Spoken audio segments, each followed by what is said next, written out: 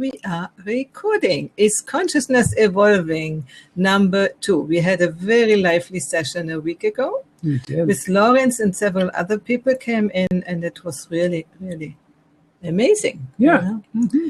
So where do we want to start today? Well, I suppose we should talk about just which consciousness are we referring to here when we say, is consciousness evolving? Yeah, Your I was thinking, mine, yeah, everybody? we have to tell the tweets, you know, little birds, okay. people, send some little birds. Mm-hmm. Okay, hello, Sarah. Hello, Joe. Yeah. I was thinking, you know, we are talking about, for instance, body consciousness. We are talking, I would talk about voice consciousness. And then there are other ways of using consciousness, the word. In spirituality, it means something different. And I think we often use the word and don't even know what we are talking about. So I would like us to first a little bit go into it. What is consciousness? Sure. Mm-hmm. You know, what types of consciousness exist and what are we talking about? Wow.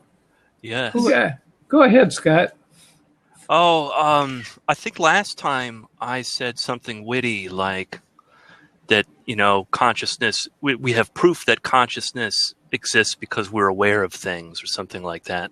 Or that, you know, depending on what we're aware of or something that is coming into our awareness and being able to examine that. But in a way, we have to think about things like everything is conscious or has consciousness or some kind of altogether integrated view that consciousness starts down, you know, right at the Big Bang or evolves and it goes from the Big Bang to all the subatomic particles to the molecules to the cell to the organism to a Mark Davenport. Oh, Tom is coming in. Great. Tom, the first time he is on audio. Let's see. Yeah. He's also on video. That would be great. Well, were you finished? I was, and that's you wanted to end on that note, did you? Yeah. For now, yeah. Okay. Okay, Tom, it says poor internet signal, so maybe we can hear you if you talk. Mm-hmm. No. Nothing. Nothing. No. I'm sorry, Tom. Again, we cannot talk to you. This is such a shame. Yeah. So, you again are the listener. Sorry for that. Okay. Okay. So write a lot of stuff. Yeah. Right. But I was hearing, Scott, is consciousness the same as awareness? Well, I think that they're one and the same kind of concept, you know. So ultimately, like, it depends on the kind of are we having a philosophical debate on consciousness? Maybe not. We're not sure. Yeah. You know, the being aware, it's a precious gift in my opinion, and that awareness, I think, evolves throughout our lifetime. You could think back to when you were a child, you know, and say, well, what was I like when I was 5? And is the same awareness that I had or consciousness that I had back when I was 5 the same kind of thing that I carry with me today or something like that? You know, it brings up so many things to talk about. It's really difficult to pinpoint a lot of them. So, so I think that they're the same, where it's one and the same, where you have awareness and consciousness. It's about the same kind of same category, at least. Okay, there's here the wisdom of life. He is saying, from my perspective, I think it is a he. I think I saw Joe. Here on top. All right. Joe card. From my perspective, what we call consciousness may be best viewed as concentrated or lensed awareness. But that awareness is perhaps an ubiquitous property of the entire cosmos. Ubiquitous means everywhere. Ubiquitous, yeah. Yeah, that's interesting. Because there is some kind of idea of consciousness that just is omnipresent, that's everywhere. That's ubiquitous. Ubiquitous, yeah. That it isn't involved with any particular organism that may be aware of this and that. But at least this is, I think, kind of an Eastern idea. And maybe Margherita can enlighten us on that. But it seems like some people use it in that sense anyway, as a thing that exists in the universe itself. It's part and parcel of the matter, the energy that is there is informed by conscious. And some people say that consciousness predated all the other stuff. So let us first go, hello, Joe. Let us go to Margherita and then to you, okay? Okay, so how I see consciousness is a living, vibrant field that penetrates everything we are. And when we connect to that, we have instant awareness of it. Most people do not have constant awareness of it because the channels are blocked inside, and we have, conditioning and opinions about things, or some kind of emotional blocks, let's say. And if we clear that up, then the channels becomes clearer, and then we have a greater chance to actually become aware of this. So I have had moments of that. I'm of course not enlightened yet, but just moment by moment, you can have that experience of that all pervading consciousness. And then there's like, in that moment, there is no duality. There's no good and bad. It's just is. And that is quite a lovely state to be in. But then, of course, one gets distracted by mouse in the bedroom, and like the cat brought it in the night, and that kind of thing, and then the wrecked stuff on the shelves where the mouse bang, and you get dragged back into the physical reality. It's unavoidable. Unavoidable. Yeah. That's part of what we're aware of too. I'm not sure it's in conflict with the universal awareness. It's just part of that universal awareness. It's another consciousness modality. So let's go to Joe. Yeah. Hey, Joe. Glad you came in.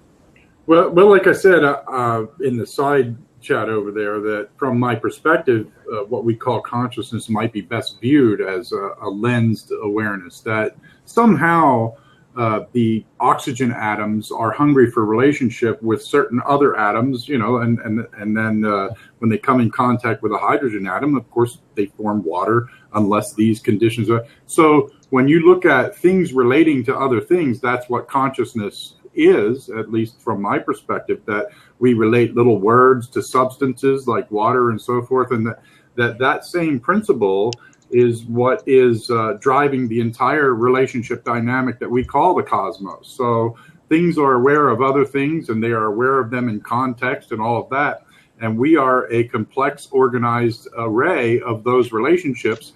And we also experience awareness, what we call consciousness, atoms experiencing themselves, or energy, space-time, matter, and energy, experiencing space-time, matter, and energy.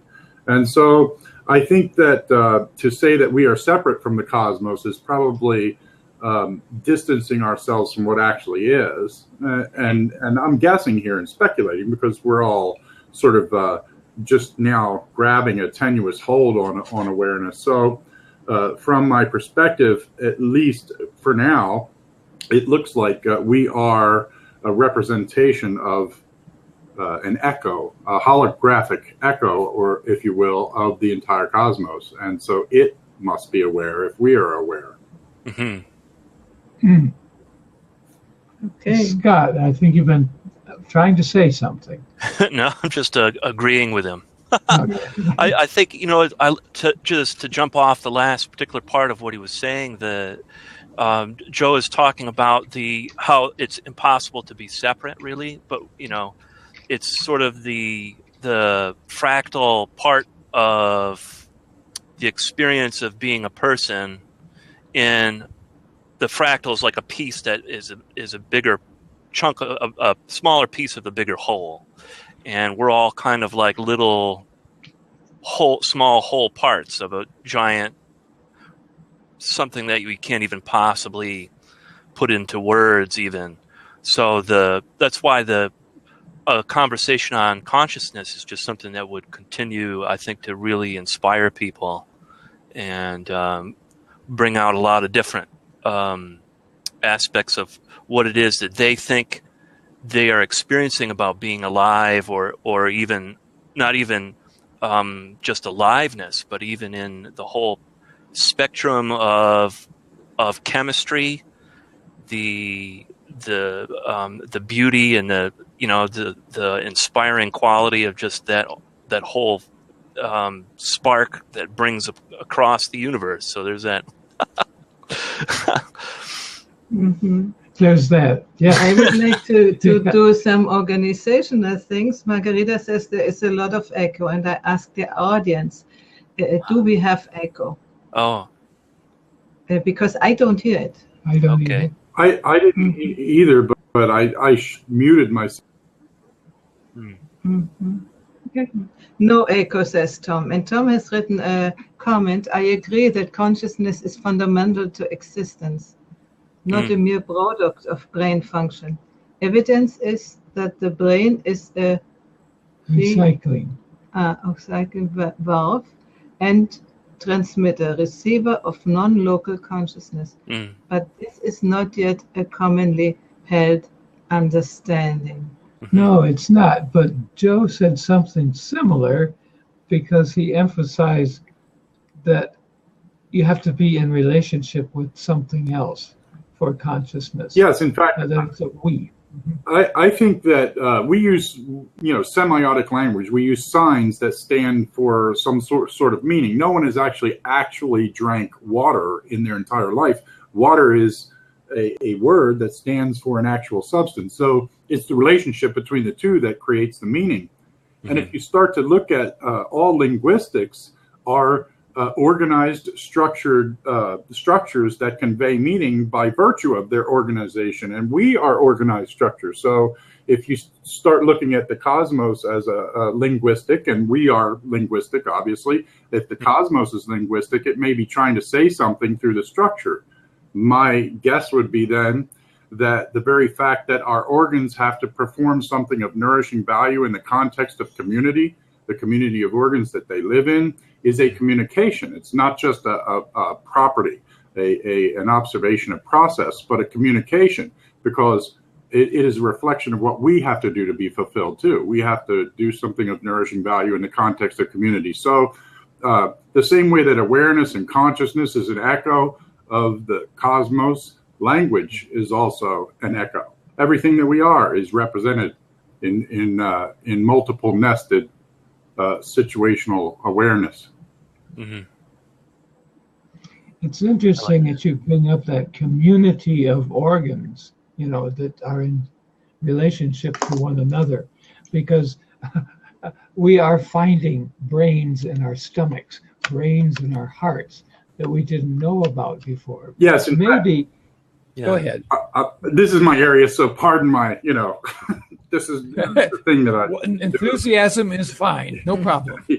So the very fact that our gut microbes, we are a parliament of life. They actually do provide some of the engine of neurotransmitter and so forth for what we call thoughts and whatnot, that certain microbes that can live in and on us will emphasize our sociality or reduce it.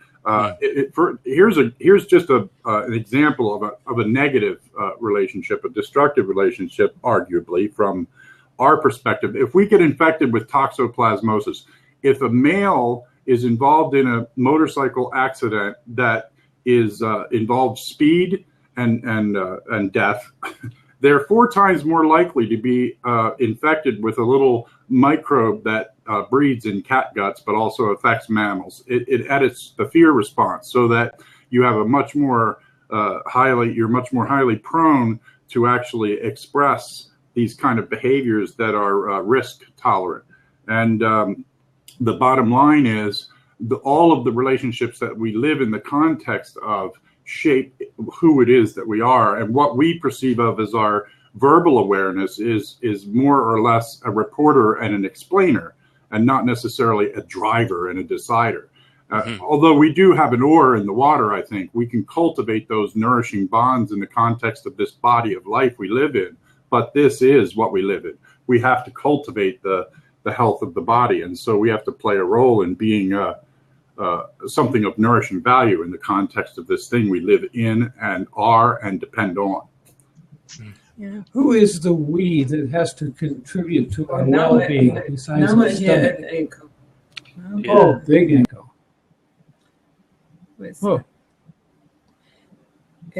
Okay, can we first read the comments, because this one from Tom is referring to what Scott said. Uh-huh. Do you want to read that? Symbols such as words can easily be projected upon our perceptions and may interfere with direct perception of what really is. Okay, this was about the ego. Some What people really said is. no ego, but it was an ego now. Yeah. And then I don't know your name, but it says Liberate Leaders. Uh-huh. Where does choice fit in consciousness? And does what Joe is saying mean that the universe is exercising choice? I don't know. Would you say that a mother exercises choice when it develops the baby in the womb? I don't know. I don't know anything about it. I think it's intentionality more than choice. Yeah. You know? Isn't it so that the baby takes on inside of the womb all the thought forms and energies and electromagnetics inside, and then are already programmed with that when the baby comes out? I mean, I was inspired by Scott here, so I did this little drawing about consciousness, you know, and so that's also goes very well with the baby in the mother's womb, right?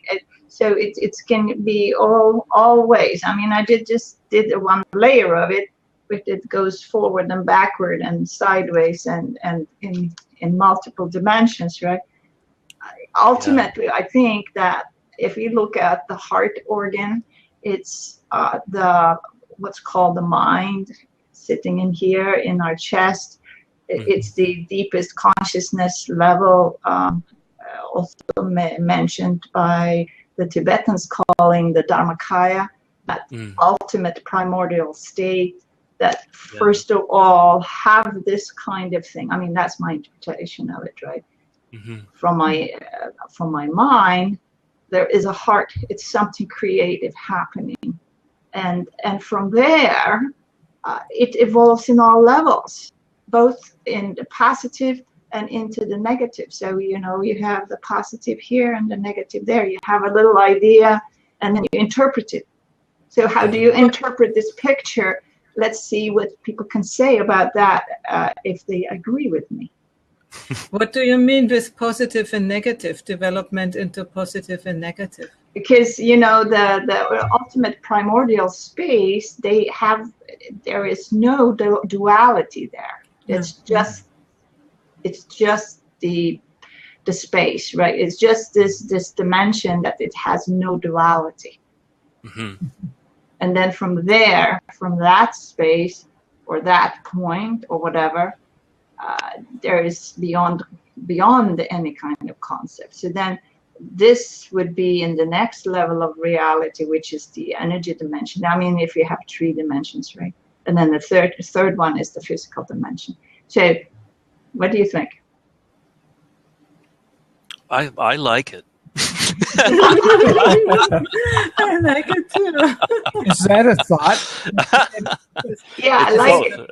It's a thought and a feeling. It's it's what I make it out to be.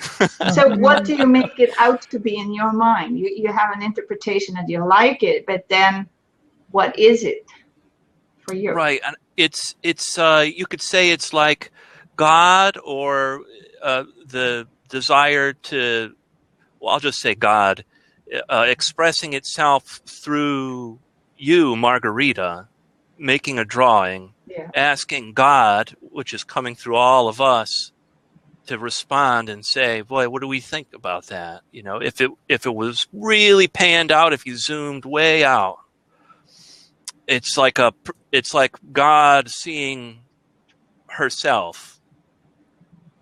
It's like a snake eating its own tail or something like that. Not two really is the. Can we hear it? What shape is your mind? Yeah, what shape What is color? What color is your mind? Or is it just like close up like this, you know? Whoa.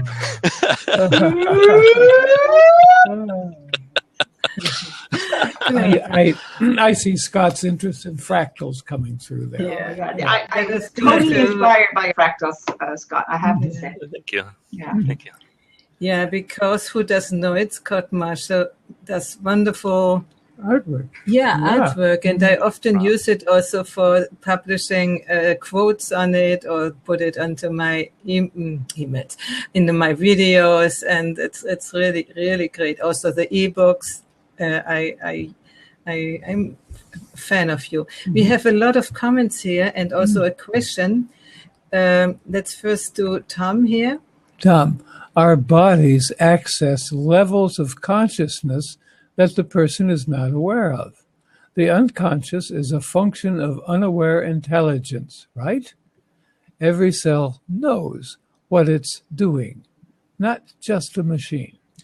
I would like to answer to that. I think one part of the unconscious is like this, but we have also the psychological unconscious, which is not like this, which is in different, let's say, different layers, and part of it is the conditioning stuff, you know. So talking about consciousness opens also talking about unconsciousness. What is unconscious? And there are many ideas about it, and I like, especially from Roberto Assagioli, his levels of unconsciousness, higher unconscious, medium unconscious, lower unconscious, and then this little in the middle, it's our zone of consciousness. So, okay, let's go to Mr. Wonderful. Quantum mechanics tells us that all choices exist. This was a question about choice. Choice. We had it before. We are a little bit behind now in our discussion. Well, what I know about quantum mechanics that they're talking about is primarily the double slit experiment seems to say that an observer is the thing that collapses the wave, that consciousness is part of the equation that pulls together from an infinite set of probabilities into a very specific particle of existence, so to speak. Mm-hmm. So that therein lies the indication of choice in terms of that being a possibility. Mm-hmm. Okay, and now to Tom. He says, question, can artificial intelligence in computers ever become conscious? I don't believe it, but can't be sure. You know, we actually yesterday we have seen a talk by Ken Wilber about exactly that, about artificial intelligence, and it's such a shame because it's inside the paid membership site and we cannot publish it. I really would love to publish that. Yeah. And he is saying exactly not, because computers and machines are artifacts and they can do a lot of things, but they don't have the felt history which we have from the very beginning of, we call it Big Bang or what, and we have that all in our unconsciousness, let's say, and even consciousness. It's all included, and the machines not. They just are doing things on a certain level. And even if they begin to develop consciousness, we are sort of far ahead. We begin with the particles and then the molecules, what you said before. That's all still working in us. So we can react or act in a much more intelligent way. Yeah. Attention, not in a different intelligent way than machines do. And he said about chess players, you know, a machine alone is not good. Humans alone is not good. But the best combination is humans with machines, and they can create sort of everything. And I found it a really, really profound thing that you know, because of our past, ancestral past, the millions of years which universe has taken to come up to us. All of those eons where we didn't depend on pluses, ones, and zeros to develop. Well, that depends on whether you hold to an A theory or a B theory of time. There is relativity states that time is it dilates. It depends. Time is just a measure of distance, and so with that in mind, and I'll try to put this simply, everything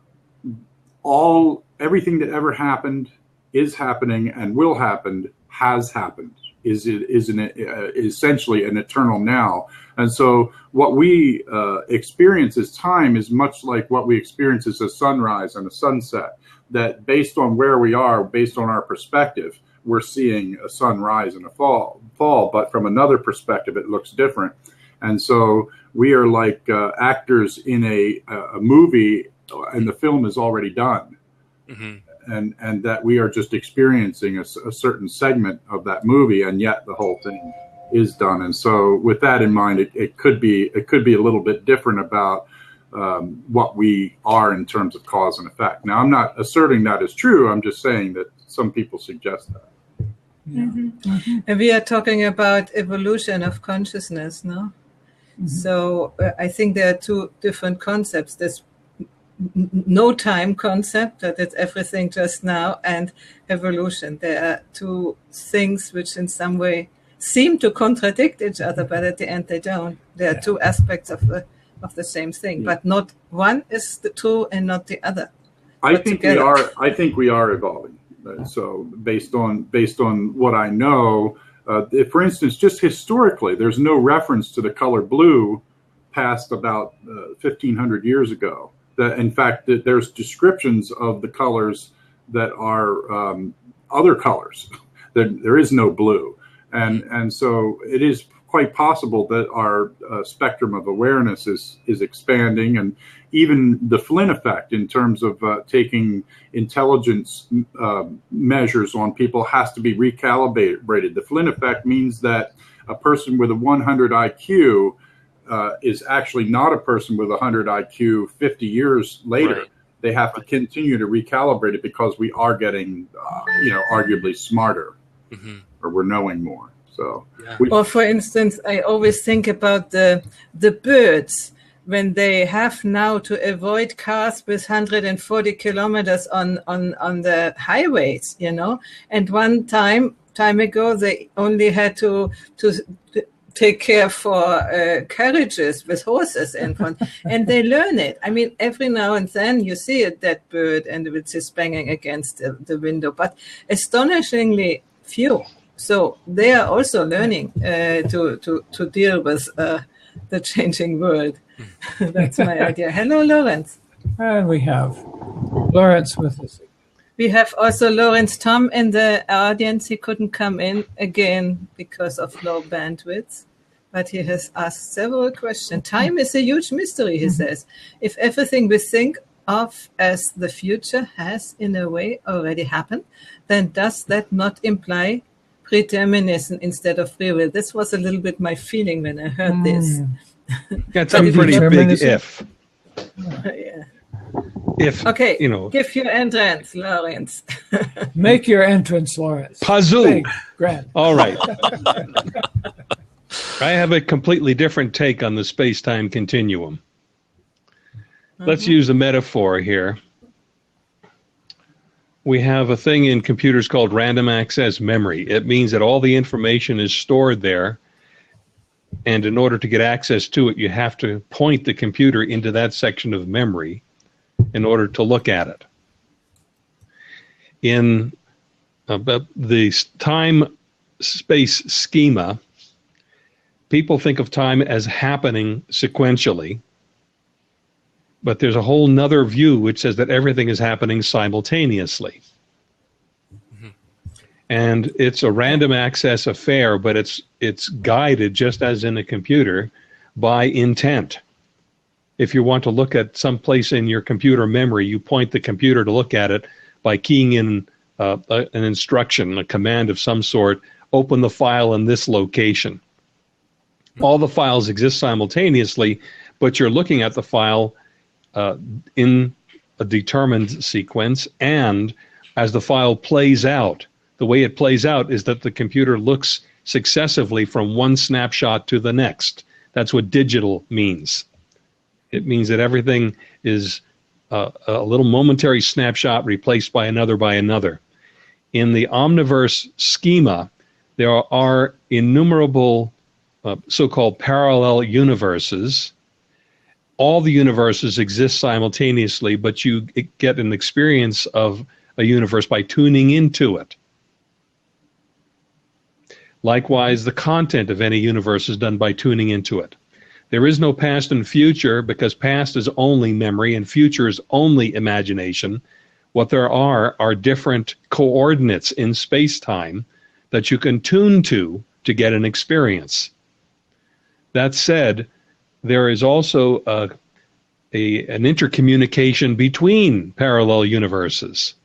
People don't recognize this, but if you ever have an idea pop into your head, what's happened is you have spontaneously tuned to a coordinate in one universe or another that yielded its information to you. By tuning in on it, you got its information to download into you. Anytime you have a novel emergent in a universe, what you've done is you've tuned into a space-time coordinate that contained that information, and you don't know which universe it came from. All you know is you tuned into it. There's a tendency to tune into stuff that's easier to reach. It's more similar to what you've already experienced than it is to tune into something that you haven't experienced. So the further distant from your familiar experience an event is, the more difficult it is to contact it. What you're doing, though, is not looking at the future or the past. You're looking at just a snapshot of experience that exists in the whole omniverse scenario, and it's close enough to what you've already experienced in your memory that you can easily get access to it. That's kind of just a rough overview on this. So when we say that everything exists already and so it's predetermined, it exists already in the omniverse schema, not necessarily in your space-time continuum. If left to itself, it would tend to continue along certain lines by its own momentum. But if you recognize that all possibility exists and it's accessible by tuning into a possibility that's close enough to your remembered experience that you can reach it, then the whole notion of things being predetermined goes out the window. It's unnecessary. Mm-hmm. Mm-hmm. This is good. That's good. Excellent. Yeah. Great explanation. Mm-hmm. Liberated leader says, my head is spinning. This happens at the beginning when you listen to Lawrence. That's the beginning of the psychoactive effect. Yeah. Psychoactive. We had a blab lately about the psychoactive, no? The psychoactive conversation. Yes. Uh-huh. Yeah. Okay, anyway. So you're saying, Lawrence, that Joe, you say it sounds like a variation of Sheldrake's morphogenetic field. Oh, that's right. Yeah, that's what I thought you were describing. An iteration of Rupert's work. I mean, it's good stuff. I think he validly challenges some of the assumptions that we commonly just afford in the scientific arena without real not only some. Yeah, and it's good to question those things because science has a tendency to ignore consciousness. It's a philosophical and moral stand that they're supposed to exclude themselves so that they don't bias the results. Unfortunately, excluding themselves biases the results. indeed. This is paradox. Yeah. Yes. Scott, you wanted to say something.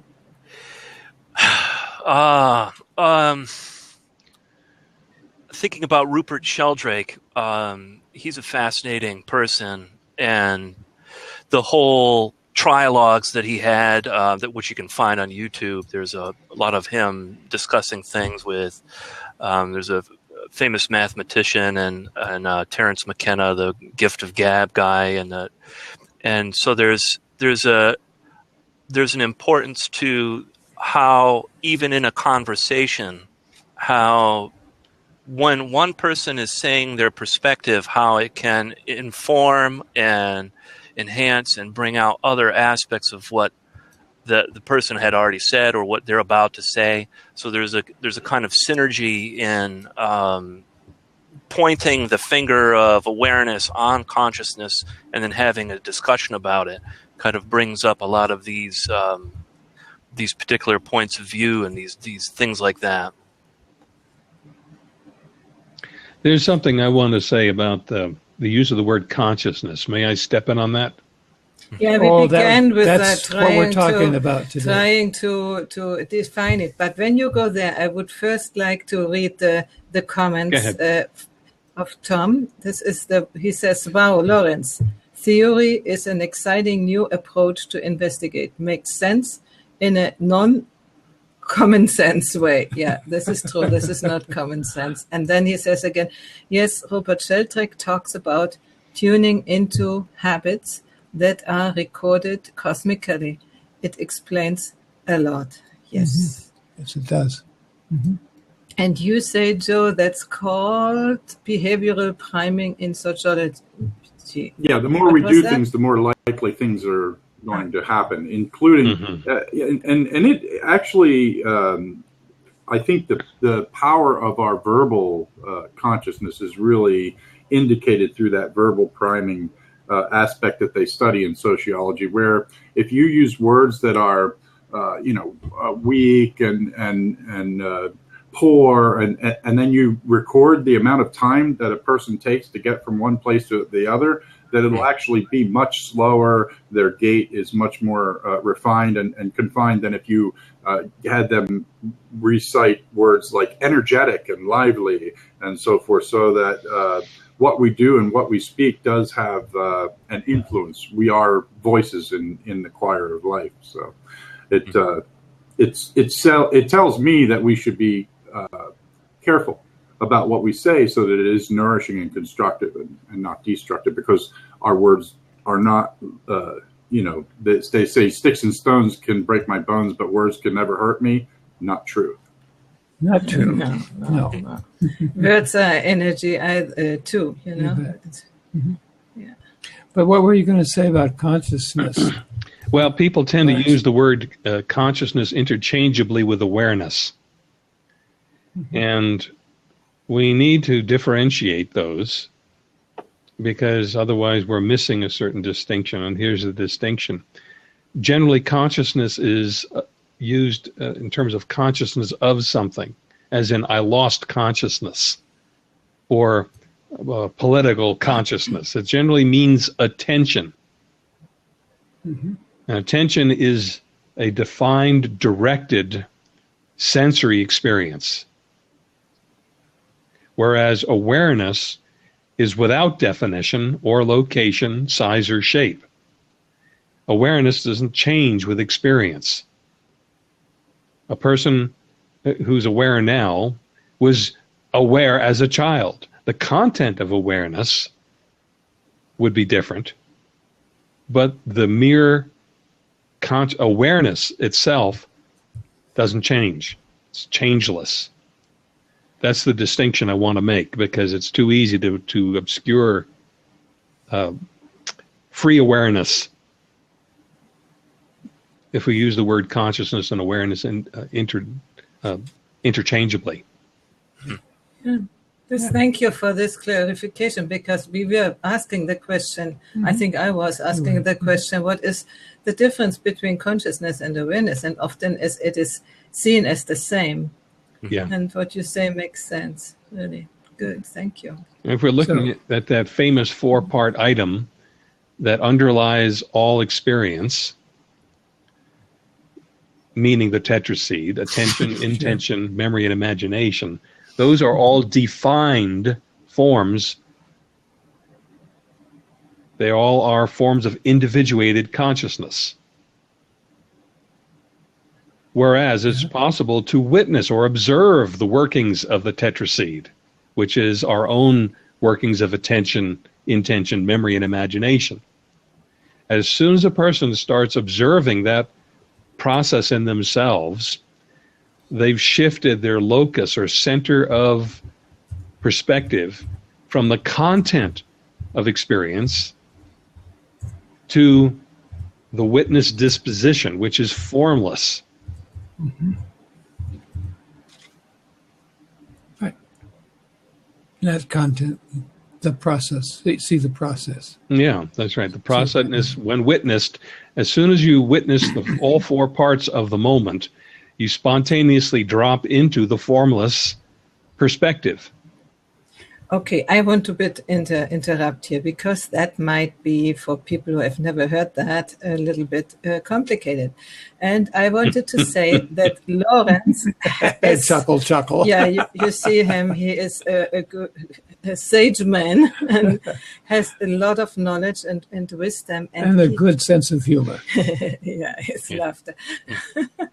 And he is has just finished an online course about these things: attention, intention, memory, and imagination. And it was really, really amazing. And also, Scott, you have an experience of that, and also Margherita, who is in the audience. And if you tune in on Monday, we have in the Wisdom Factory on Google Hangouts, we have a show where we talk about the course he has done and about the project of a new course. And I think if you are interested in these topics and have some, let's say, unclarity about things, and this would be the right course for you to. I have changed so many in you too, no? It's just amazing, and you don't even realize it. It's no work. It's completely no work. It's not like all the other courses you find out there. It's completely, at the first time you think, oh, what is that? Yeah.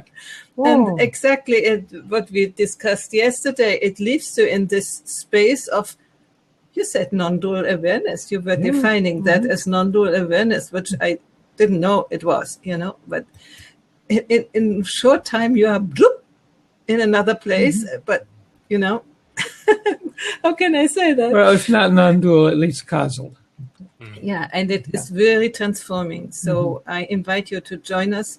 You see my name on Google+, you find us, or you find the Wisdom Factory Monday evening at more or less this time, in about 15 minutes, wherever you are in the world. Where will they find this in print?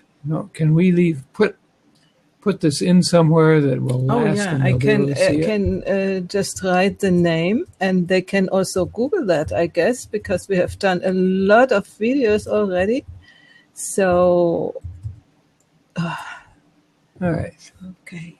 Just to the interludium, because I think who is interested in these topics will have a great benefit. Not everybody. You need to be ready to do this sort of work, but You gotta wanna. Somebody said. Is that copyrighted, by the way, Lawrence? No, I should make a little T-shirt like "Have a nice day." There should be one that goes, "You gotta wanna." Okay. Yeah. Okay, right. so let's see what it is here. Tom says, still not clear on the distinction between consciousness and awareness in Lawrence's definitions. Please summarize again. Well, I can summarize, but it won't land until you have direct experience. Because it isn't in the mind. Awareness is not a function of the mind.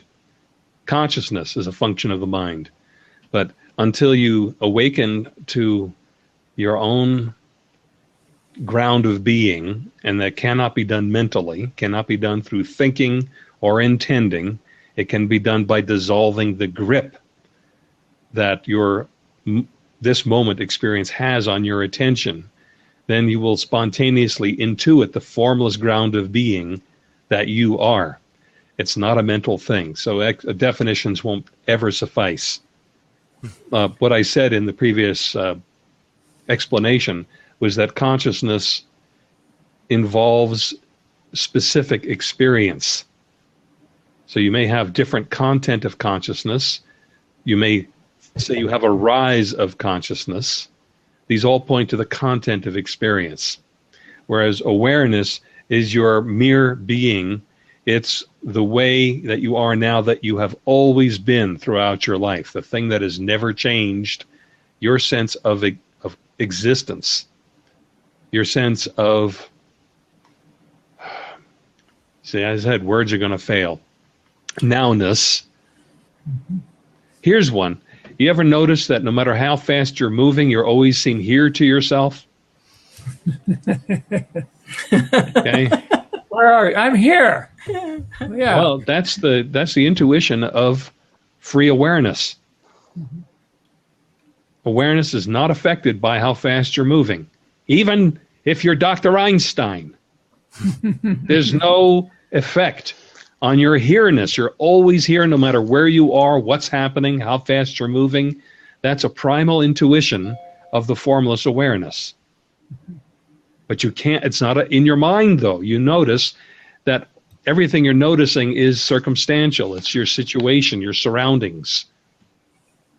But the here-ness, where you say, I'm here, never changes. You've always been here, no matter how old you are.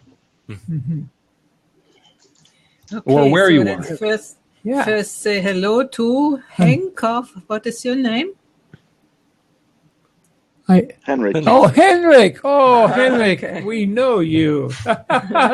Fine. The print was so small we couldn't read it. Yeah. Okay. Wonderful. First, Nice to see thank you. you to Joe, who left you the space, and he is sort of final words. He wrote, focus by nature excludes all other things that are not focused on. That is why I think it is useful to see consciousness as a lens. And then I will, he let somebody in. That's what it is. Okay. Do you want to reply to that, or Scott, or Lawrence, and also Hendrik? Consciousness as a lens that focuses. Yeah, that would be attention. So consciousness as attention.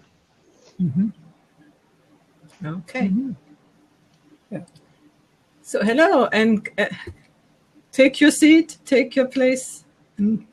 Hendrik, yes. Yeah. Well, I'm just listening. You're just listening? No, That's fine. you're also smiling, I've noticed. Yes. That's wonderful. It's great to see. Okay, well, hop in if you like. We'll be happy to hear from you. Just jump on in. Yeah. Whatever comes out of your mouth is okay. Well, I don't know about that.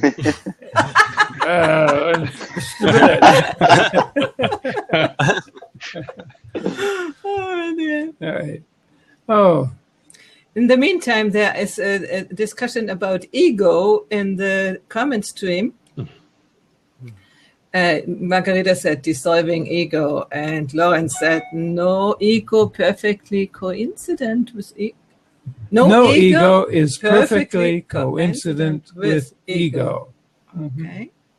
And then That should be obvious to everybody. pensive TM says the ego is a mask with limited vision. I think, Lawrence, you will jump into that or not? Well, the first thing is, what is the mask masking?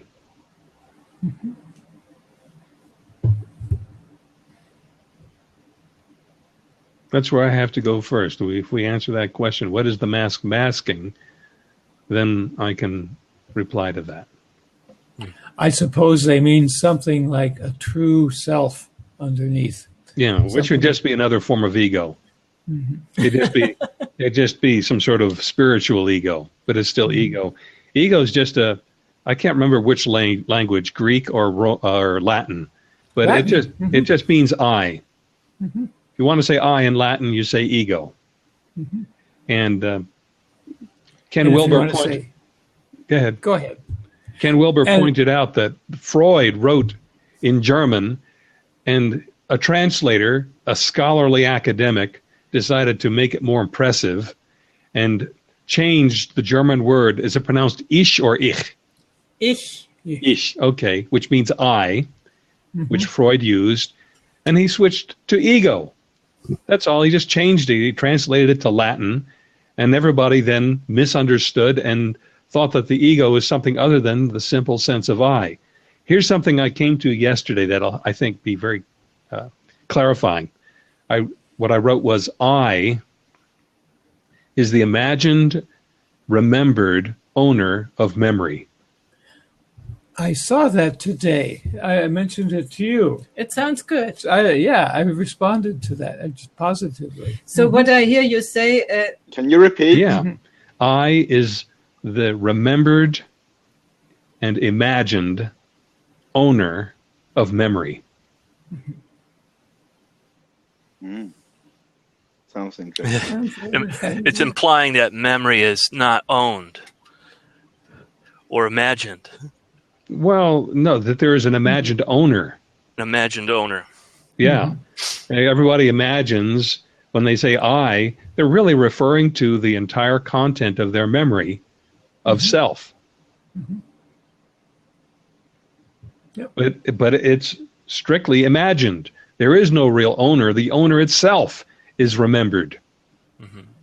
So it's an imagined, remembered owner of memory. It just has a special status as the central controller and owner of the memory. But itself is just a remembered identity. It's just remembered. There's no identity there. It's just a memory.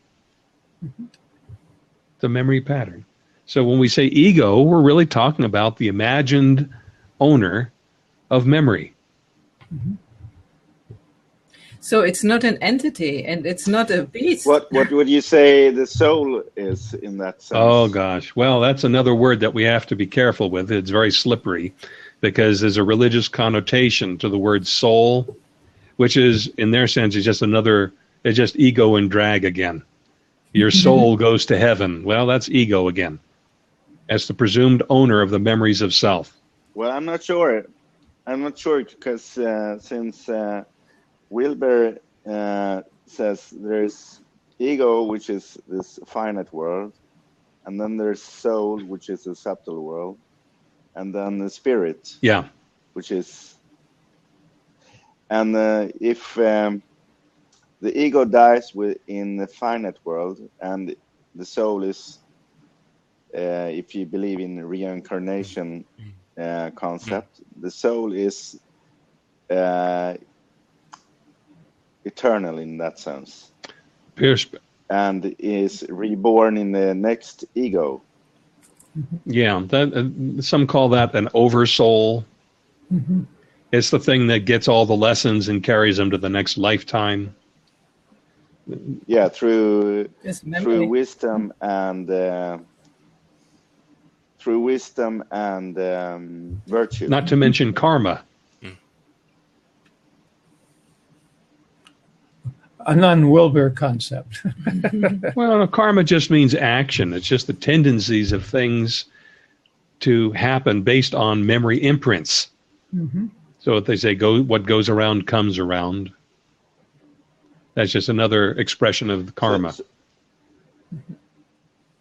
So what would the memory be like for the many faces of spirit? I can't answer that question. If you talk about specific faces of spirit, then maybe I can address it. But again, spirit is another term that is so vague and used so many ways that it's a dicey matter to use a term without first being clear what you mean by it. To me, spirit is just a formless awareness. Formless awareness. Yeah. Yeah, there's only one spirit. There aren't a bunch of spirits. Sometimes there are. But there are many faces of it. Yeah, and all those are subtle. They're subtle body or subtle field. And there are innumerable expressions, but they all resolve into the same ground of being that I would say is spirit. It's just a formless, radiant awareness that everybody embodies in their unique way because of the subtle memory imprints that underlie every life. The most ordinary thing. It's not weird. It's just plain old ordinary. So if we play a mind game here, okay. So in this dimension, in this manifest world, yes, we experience ego. Yes. This way. Would it be possible to how should I say it? To experience manifestation of ego in another dimension? Yeah, every time you dream. Every time you dream? Yeah. So like in the 8th dimension or whatever. Oh, here's another thing about dimensions. Another slippery term. Lots of slippery terms. Dimension is made up of two word roots, die, which means two, and mention, which comes from the root of measure, as in commensurate, measurement. So a dimension is just a continuum of measurement where you have more or less or lighter or darker, in other words, contrast. So a dimension just refers to a way that two experiences can contrast. Now, if you're talking about space-time continua, and I think that's what most people mean by dimension, then, yeah, there are different space-time streams in which events unfold a certain way, and every time an event can go either one way or the other, there's a split or a bifurcation in which an entirely new alternate space-time continuum forms. So there are stupendous numbers of space-time continua, and they are becoming more numerous all the time at an accelerating rate. This is another expression of expanding universe. Every time possibility shows up as two or more options, you have a space-time continuum that forms as if it happened that way, and one that forms as if it happened the other way. So there's an explosive multiplication of possibilities occurring moment to moment. But if you're looking at it locally, it's still happening, but it's far fewer. If you're looking at the entire space-time continuum, that means everybody's individual perspective. Every time somebody has a choice, there's another continuum, right? Another parallel universe emerges. And the ones, again, that are closest to your familiar memory are the ones that are easiest to tune into. But we tend to gravitate towards one. But if you dream, you can dream, or you can even daydream or intend others. And you can bring their content into this one by creating a tangible action. There's more that could be said about that, but as usual, I'm refraining. Okay. When we begin to But talk what, with Lotus, nothing rests as it was before. So It's that's wonderful. great. Thank you, But Lawrence. Margherita, what did you make it? would there be a finite number of dimensions, or is it more than we can usually count to? Well, it's certainly more than we can count to, but still finite. Here's the weird thing about it. In any given moment, the universe is finite. However, the universe is exponentially flowering, so that it's finite at any moment, but infinite in its development. But at any given moment, here's an easy, obvious answer why. The speed of light, if we accept that it is limited to whatever, to 2.998 centimeters per second, I think that's the proper number. That means that from the Big Bang to now, light can only have traveled a finite distance. The universe can be no larger than the distance that light can have radiated from the beginning of this universe. That means the universe must be finite. However, it's constantly flowering in innumerable ways, far more than we can count, but still finite.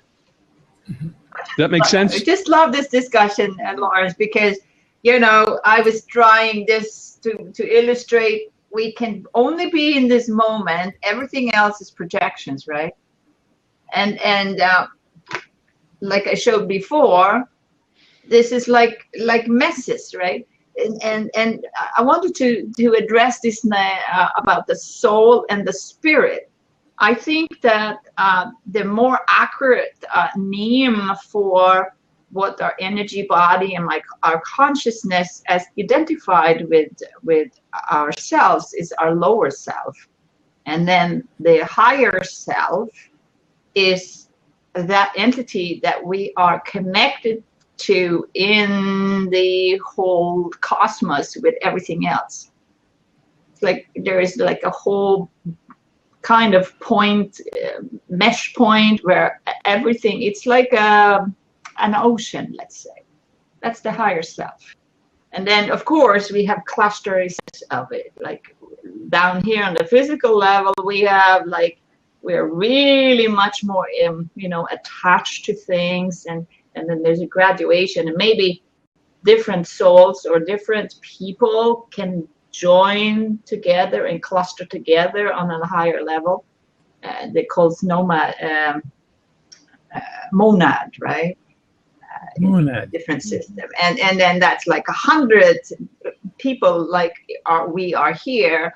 Let's say 100 people. We've joined our essence, and then a higher level than that have done their essence, so that at the ultimate level, there is like the kind of entity that we could call God, or the,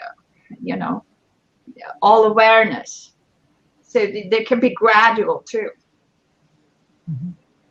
I have read a book of Jim Rashnick, which talks about this space-time continuum and the ways, if there is like the different realities that has a different constant. If, let's say, our reality here has the constant of 1, there is another parallel reality have a constant of 1.2, but we can't see it because that constant is different. And so there is an infinite number of these parallel universes everywhere. Every single second, as Lawrence said, you can make a choice and go this path or this path, and it's like evolving all the time. And I'm going to finish the rant with, is there an end to the universe? I think there is an end to the universe, but it goes in on itself. It's like a big bubble that goes into itself, and then it goes out and it goes in, because there's many universes created. There is memories in some people that there have been earlier eras or universes that it's no longer there. Even in the Tibetan system, they talk about the universes that collapsed and then come out, and collapse and come out. And I think that's something that's possible to happen too. So that's the end of my involution and evolution. I want to add to Margherita, the universe makes a sound as it goes out and back on itself repeatedly. Yes. And the sound is wacka wacka. No, it's om. It goes wacka wacka. No, it's om. The om sound, om, that's what creates the physical. That goes all the way out to the physical. And then if we do that, that's why we say om with all the mantras that we know, right? Om mane padme hum. And om is our physical reality manifested in the end, right? So we are the end of a sort of projection from the subtle levels to the grosser levels. And we are in the grosser levels here. Does that help? Yeah, there's a term, the pralaya, which is the time between universes, where the universe, in effect, goes to sleep, so to speak. Yeah. And it's apt because in sleep we're rested or subsided into the causal formlessness. Mm-hmm. Okay, it does, and causal has no form whatsoever. It doesn't mean it's dead or extinct. It just means that the subtle and the gross manifestations have subsided. And the universes themselves subside into that formless ground of being. So it isn't like some sort of cataclysmic annihilation of awareness. It's just a subsidence of the particularity of all forms of experience into nothing in particular. And this is prior to a reemergence. Yeah, but that's the end of a dream, right? So yes, we can all have a dream. There's the Blab dream here. Let's say this is the Blab dream. And people go in and out and in and out and come back and freezing and going out and saying something and saying bad thing and saying good thing, whatever it is we were saying. And then we're meeting and then another person comes in. That's exactly what's going on and illustrated by Blab. I think Blab is a universe in itself. I just love it. It's like, and I get to see Heidi and Mark smiling that much, you know? They're awesome. I might have been wrong. It might not be wacka wacka then. It might be blab, blab. Let me interrupt here. Blab, universe. Okay, Hendrik. Can I interrupt? Yes. I wonder if when people speak of waves and frequencies in relation to dimensions and evolving principles, do they mean like the right-hand quadrant aspect of an interior experience when it comes to changing between dimensions? Well, to be non-heretical, I guess I would say that all four quadrants, even though they arise simultaneously, our attention is in one or the other. And so there can be an alternation. I'm not sure that's answering your question or not. And I'm not sure I could be more insightful than that at the moment. But, we don't pay attention to everything all at once. Mm-hmm. That's not how it works. Yeah. That's Lawrence. It sounds very much like Lawrence. But Lawrence is great because he goes from his point of view, which is very logical and masculine. And then, both Heidi and me, we are not too masculine, I hope. and so we create a balance between that, like this kind of thing here. This is like the feminine view, right? Whereas the masculine. We cannot see you. You are frozen. So. Oh no! And yeah. It is the conspiracy of the universe. You should not show us. Well, no, she looks kind of nice. Theoretically, about masculine ways and feminine ways. We are all the same, aren't we? Well, can you see me now? No. I mean, we see your photo, but not. Oh, now you moved. Now Still comes frozen, the but a new image. I don't know. That looks kind of sexual. Big dildo and a Yes, big. it is sexual. The universe is sexual in nature. You know, Okay. this is the creation forces, and this is what inspires it. And I love crystals, as you can tell. Yeah. All right. Great, Margherita. Oh gosh, we have an hour and 12 minutes done now. Yeah. So I think we are can we wrap up a little bit? Some final thoughts from the audience. Do we have any?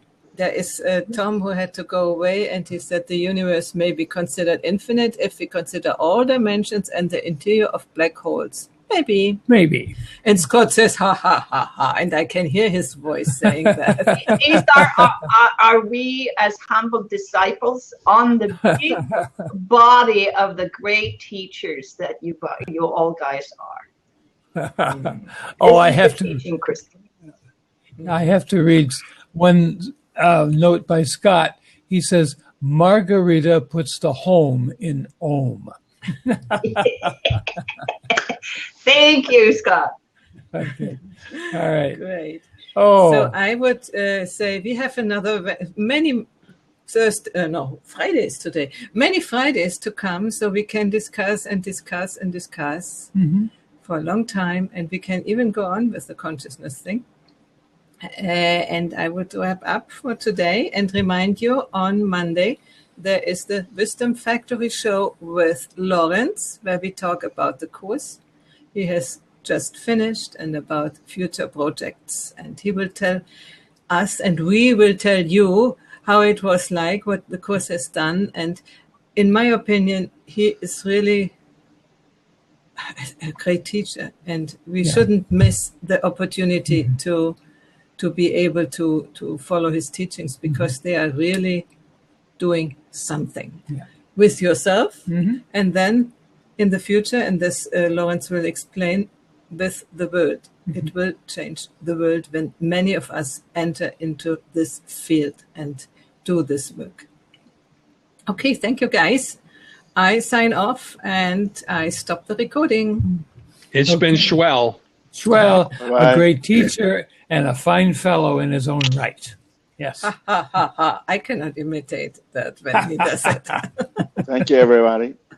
Thank you for being here, Hendrik. Thank you that Great you to came meet you. in. That was great. Yeah. Okay. Bye, Margherita. Bye-bye. Margherita, Cristo Lotus. Bye-bye.